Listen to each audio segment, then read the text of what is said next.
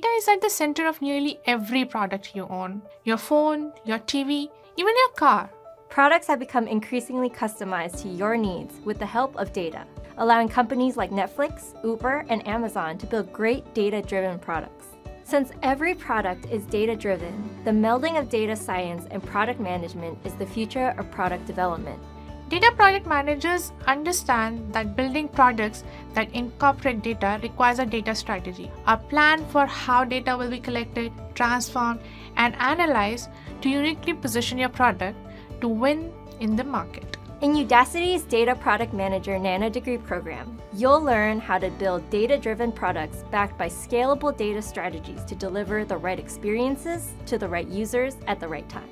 In this Nanodegree program, you'll evaluate market data and create visualizations to determine the key matrices and features for a new product.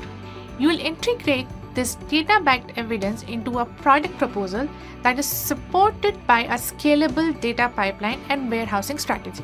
Once you finish, you'll be able to create a data product concept, strategize a data pipeline and storage infrastructure to support scaling of the product, and enhance the product design based on user data. Leverage data to build products that position customers and businesses to thrive. Enroll in Udacity's Data Product Manager Nanodegree program today.